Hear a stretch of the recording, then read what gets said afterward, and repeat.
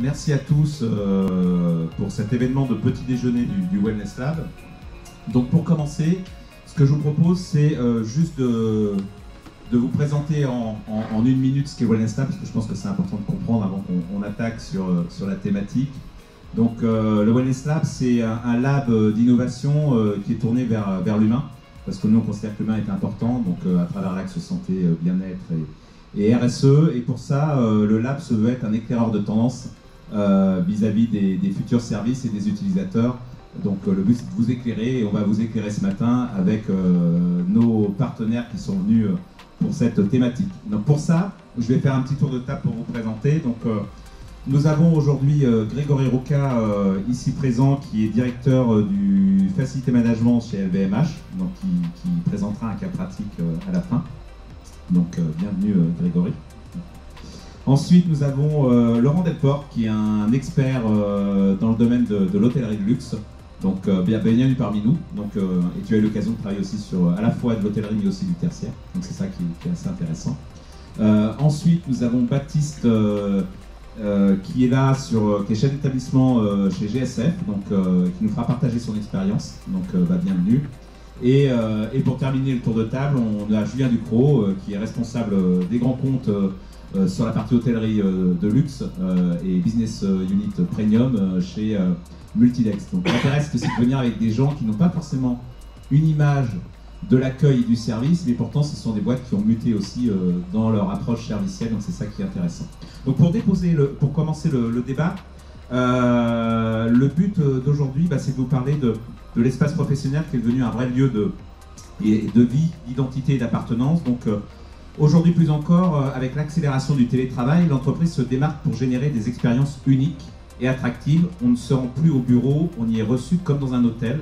C'est la thématique qu'on va vous aborder, qui est c'est quoi un accueil 5 étoiles au bureau. Et le accueil, c'est le mot A avec un grand A. C'est pas que l'accueil physique, vous allez voir derrière. Donc pour commencer, ce qui est toujours intéressant, c'est d'avoir quelques chiffres aussi pour poser un peu le débat et nous permettre derrière d'échanger.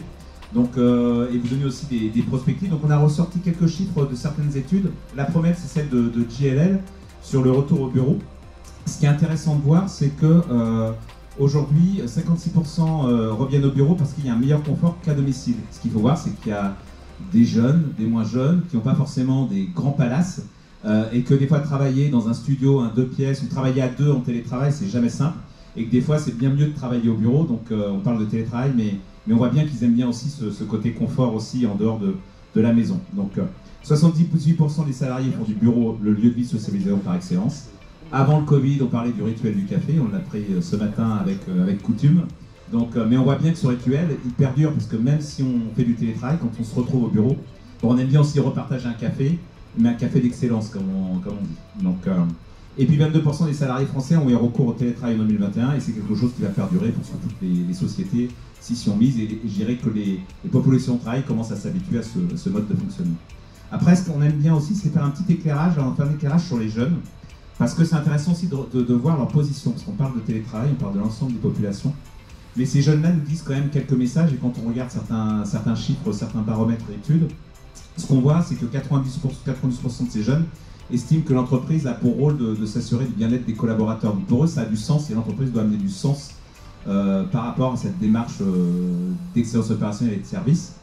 85% placent l'ambiance, le bien-être au travail en deuxième position comme critère de choix du métier. Donc ils viennent pour l'intérêt du poste, mais ils veulent aussi qu'il y ait une bonne ambiance et qu'ils partagent, entre guillemets, avec leurs collègues et leurs responsables, des moments où ils se sentent bien. Donc, les derniers chiffres que je trouve très intéressants, globalement, ils ne sont pas demandeurs de faire beaucoup de télétravail, contrairement à ce qu'on pense. Pour eux, c'est 1 à 2 jours de télétravail. Pourquoi? Parce que pour eux, c'est un critère secondaire, parce qu'ils ont besoin de retrouver à la fois de l'espace plus qualitatif, parce que les jeunes n'ont pas toujours non plus des grands appartements ou des maisons. Donc ce retour au travail, c'est un espace qui est plus oxygénant que chez eux. Donc ils aiment bien aussi s'immerger dans le monde entreprise, qu'ils veulent aussi partager, parce que c'est des jeunes, ils ont besoin aussi de partager l'expérience de plus seniors. Donc c'est pas en télétravail qu'on le fait, c'est quand on rencontre aussi des collègues sur un immeuble de bureau. Et ce contact donc devient un vrai moment d'échange et de savoir. Donc pour eux c'est important. Donc le télétravail, je dirais, c'est bien, mais c'est pas suffisant pour eux. Donc on voit qu'ils ont plutôt une envie de se retrouver dans l'univers du bureau. Donc quand on dit ça, ce qui est bien, c'est que ça fait une jointure avec le dernier petit déjeuner qu'on a fait. qui justement mettait l'humain au centre, avec un élément qu'on appelait l'hospitalité au bureau, qui était de dire la démarche du travail a muté. Il y avait 3 choses qui étaient ressorties lors du dernier petit déjeuner. Un, c'est qu'il fallait proposer des services plus segmentés, donc plus sur mesure, pour répondre à ces populations-là.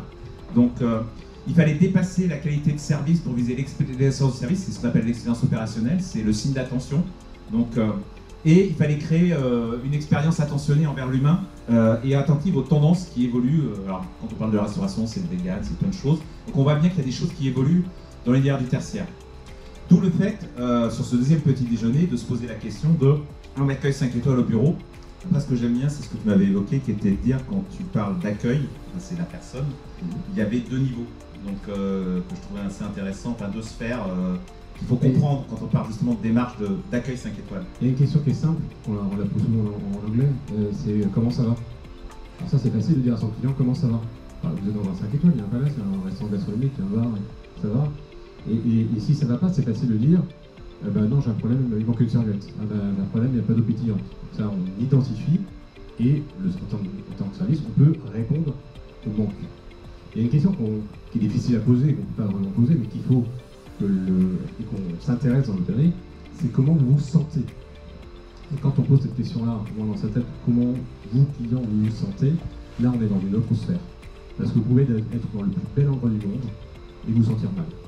Et l'expérience dans l'hôtellerie, c'est vraiment c'est à la fois d'avoir un peu d'empathie, mais pas trop, parce qu'on ne peut pas souffrir du problème de son client, mais d'avoir la compassion et d'aller chercher qu'est-ce qu'il faudrait faire en plus. Alors, la raison d'être est essentielle et parfois on oublie. Pourquoi on va dans un hôtel avant tout, oui, c'est pour aller dormir. Donc il faut revenir à l'essentiel de la chambre, de l'hôtel. Et l'hôtel est avant tout un lieu de ressourcement. On vient à l'hôtel pour se ressourcer. Et même si j'y vais pour du business en transit, peu importe, il faut que, et si en plus je vais dans un 5 étoiles, c'est là où on trouve tous les cadres, etc. Et ben, c'est aussi pour justement se ressourcer. C'est-à-dire que je viens, mais il faut que je sois bien, et quand je ressors de cette chambre, je sois même à la limite mieux. Ça, c'est une promesse qui est très forte. Et ça, il y a des règles. Il faut pouvoir bien se réexplorer, il faut pouvoir bien se détendre s'il y a des possibilités de le faire au sein de l'hôtel. Et ça, c'est la connexion à la nature, ce que j'appelle la naturalité dans l'hôtellerie, est essentielle également. C'est pouvoir se reconnecter à la nature. Ce sont des éléments qui vous permettent justement d'être bien. Et c'est ce qu'on va maintenant, je pense, c'est ce que vous allez chercher, même en entreprise, pour justement aller capter qu'on aille, et même dans un magasin, si je viens faire des courses pendant 10 minutes ou je vais au bureau, dans ces lieux-là, aujourd'hui, on a ce besoin de se reconnecter, d'être bien, de ressortir frais et pimpant. Ce que j'aime bien, c'est le bien dormir, le bien manger que tu disais. En vrai, dans un lieu de bureau, c'est bien travailler, mais aussi bien manger, comme on dit. C'est pour ça, et ce que je trouvais intéressant, c'est parce que justement, il y a le VMH, mais tu as eu l'occasion de travailler avec GSF, parce que GSF, justement, est venu pour améliorer ce côté, on va dire, passer du savoir, il y avait le savoir-faire, il y avait le savoir-être, et puis on passe au savoir-vivre. Et donc, il y a toute cette démarche-là, de ramener ça dans l'immeuble de tertiaire, dans la démarche, justement, sur LVMH, c'est une démarche qui a été faite dans ce sens-là. C'est de passer de l'hôtellerie, de mettre les marqueurs dans le monde du tertiaire. L'idée pour nous, c'était justement, de par la clientèle premium qu'on avait, c'était de créer une business unit dédiée. Pour ça, notamment, on a été chercher des talents qui viennent de l'hôtellerie de luxe, donc qui étaient côté technique, mais sur l'hôtellerie de luxe, donc ça fait le pendant avec ce qu'évoquait notamment Laurent. Et à travers cette expérience, au final, on transpose cette culture du savoir-faire et de l'excellence. Donc on ne parle plus d'excellence opérationnelle, mais d'excellence servicielle du coup. Donc cette mutation, à travers ces talents qui nous ont rejoints, effectivement, on l'a fait évoluer au cœur de l'ensemble de nos clients qui ne sont pas que hôteliers. On a également des clients issus du tertiaire et, pour citer LVMH et d'autres enseignes, qui viennent aussi capter ce niveau de service. On voit bien que quand on commence à développer le savoir-vivre, ben ça permet aussi aux prestataires de délivrer le meilleur et donc d'être plus long sur un contrat, donc ce qui est important. Derrière, ça amène aussi de la compétitivité. Ce qu'on voit, c'est que 50% des bénéfices par action via sa concurrence, c'est-à-dire que l'entreprise elle est plus pérenne, elle a une marge, on va dire, quand même aussi bien meilleure quand elle accompagne son client et quand on accompagne le collaborateur vis-à-vis du client. Donc, Il y a 19,2 de croissance des revenus, donc on voit bien que c'est positif d'avoir vraiment le collaborateur et le porte-parole entre guillemets de l'entreprise et il vit le client. Donc on voit bien que c'est des éléments clés pour pouvoir faire que tout le monde soit heureux entre guillemets des deux côtés. Et puis derrière, la rentabilité, c'est x4 plus rentable que les entreprises qui n'investissent pas dans l'expérience collaborateur. Pourquoi? Parce que le turnover, le manque d'accompagnement fait qu'à un moment donné, on ne délivre pas forcément le meilleur à son client et donc derrière, à un moment donné, on ne reste pas sur un contrat où on perd son contrat. Donc on voit bien que l'élément clé de l'humain, c'est oui, le collaborateur du client, mais c'est aussi le collaborateur du prestataire. Et je pense que c'est un élément clé du savoir-vivre qui va faire la différence demain dans le côté serviciel et la manière de le délivrer. Donc je remercie mes intervenants parce que c'était intéressant à ce moment de partage. Alors très court, mais le but c'est de pouvoir évoquer le sujet. Et je vous laisse poser des questions si vous avez des questions au regard de ce qu'on vient de débattre. Quelles choses spécifiques vous avez mises en place pour être attractif et pour accompagner des collaborateurs qui ne sont pas tous formés aujourd'hui dans nos métiers. Donc voilà. Putain, merci. Alors je me permets de vous répondre parce qu'effectivement, c'est une question qu'on s'est posée. On a ouvert notre marché d'accueil sur l'aéroport d'Orly récemment, au mois d'avril. Il a fallu recruter 200 collaborateurs et donc voilà, je vous laisse imaginer tout le questionnement qu'il y a eu autour de ça. Et donc ce qu'on a fait une chose très simple, c'est qu'on s'est rapproché de tous nos partenaires qui travaillent avec nous pour faire du sourcing, pour faire de la formation. On a travaillé également avec Pôle emploi, avec les missions locales qui ont été dénichés dans un premier temps les profils qui pour eux étaient correspondaient en tout cas à ce qu'on attendait. On refaisait derrière une autre sélection. Et ensuite, une fois qu'on avait sélectionné les candidats, on a mis en place des programmes de formation de 4 semaines, 3 semaines en centre de formation, 1 semaine au sein de nos équipes. Et pendant cette semaine au sein de nos équipes, on en parlait tout à l'heure, effectivement sur la fidélisation, la croissance, la rentabilité, compétitivité, et bien on était clairement dedans, c'est-à-dire qu'on cherchait à développer, et on cherche encore à le faire quand on intègre de nouveaux collaborateurs, on cherche à développer le sentiment d'appartenance. Et donc pour ça, on leur présente l'entreprise, on leur présente la direction générale, on leur présente le mode de fonctionnement, et on leur présente aussi notre activité, on échange avec eux, on leur demande comment est-ce qu'ils se sentent, comment est-ce qu'ils ont vu cette semaine d'intégration, et même l'ensemble du programme de formation. Et donc voilà comment ça fonctionne, en tout cas chez nous, sur la partie sourcing et recrutement. J'aurais 2 questions à vous adresser. La première, c'est qu'effectivement, je pense, comme l'adage anglais le dit, pay what you get. Donc il y a, je pense, une vraie problématique de coût. On y est attaché parce que service, c'est très bien, mais service pour nos locataires égale charge. Et on n'a pas toujours la chance d'avoir des locataires en capacité de payer ces charges importantes, en tout cas pas dans toutes les localisations. Donc la première question, j'en ai 2, c'était de savoir un petit peu si vous aviez, par rapport à ces efforts de formation, des impacts coûts aussi, vous payez plus cher vos collaborateurs, parce qu'à la fin, c'est aussi comme ça qu'on attire les talents, et qu'on les retient peut-être aussi. Et puis la deuxième question, c'était plutôt une question que j'ai très souvent des asset managers, c'est comment on agrège. Parce qu'il n'y a rien de plus énervant aujourd'hui que de se dire, ah voilà, j'en ai parlé à Coutume tout à l'heure sur le café, on prend quelqu'un qui fait le café, on prend quelqu'un qui fait l'accueil, on prend quelqu'un qui fait la sécurité, on prend celui qui fait la technique, éventuellement il va prendre aussi le ménage. Et en fait ça ne fonctionne pas parce qu'on est en train d'agréger une somme d'acteurs qui ne se parlent pas, qui ont chacun leur business model, qui tirent à couverture à soi. Donc c'est pour ça que j'ai bien aimé le discours d'échange collaboratif sur tiens, dans ta partie tu as fait telle erreur, mais il y a le geste en retour. Et je voulais savoir un petit peu quel était votre avis sur qui devrait être demain porteur de l'agrégation de tous ces services. En fait, il y a 2 visions aujourd'hui dans le monde tertiaire sur le serviciel. Vous avez soit effectivement une dichotomie des métiers, des services, parce que vous allez aller chercher l'excellence dans la propreté, l'excellence dans la maintenance, l'excellence dans l'accueil. Ou alors après, vous allez avoir plutôt, et ça c'est mon point de vue qui est très personnel, une vision plutôt financière de rentabilisation, et aller chercher une structure de facility management global qui est capable de vous offrir l'ensemble des métiers. Malheureusement, à un moment donné, effectivement, ils sont venus d'une spécialisation, mais grosso modo, quand un mainteneur se met à faire de l'accueil, etc., c'est à un moment donné où ça commence à coincer. Et là, effectivement, et je rejoins Laurent, nous, on faisait ce rôle de hub à un moment donné, de transmission d'informations. Mais en même temps, c'est pas complètement notre métier. Donc on se fait rapprocher effectivement de l'hôtellerie. Et moi aujourd'hui, j'ai embauché en prestation, mais j'ai effectivement des gouvernants par bâtiment. Et le gouvernant, il est là pour effectivement faire le lien entre le client interne, donc le collaborateur ou la direction de l'environnement de travail, et l'ensemble de nos prestataires.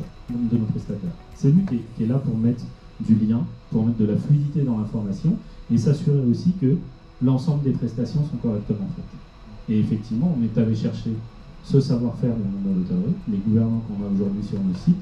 Voilà. Alors oui, il y a un coût. Il y a un coût effectivement, mais et sur des discussions qu'on a pu avoir avec GSF ou d'autres, c'est-à-dire que l'avantage pour eux, c'est que c'est aussi peut-être un contrat qui ne va pas forcément s'arrêter au bout de 3 ans, 4 ans, donc il va perdurer. Et donc là, l'entreprise, effectivement, va être gagnante. Nous, on a effectivement, oui, un coût, même pour nous, entreprise, mais on a derrière quelque part une tranquillité, une adhésion de service, des collaborateurs qui sont sereins.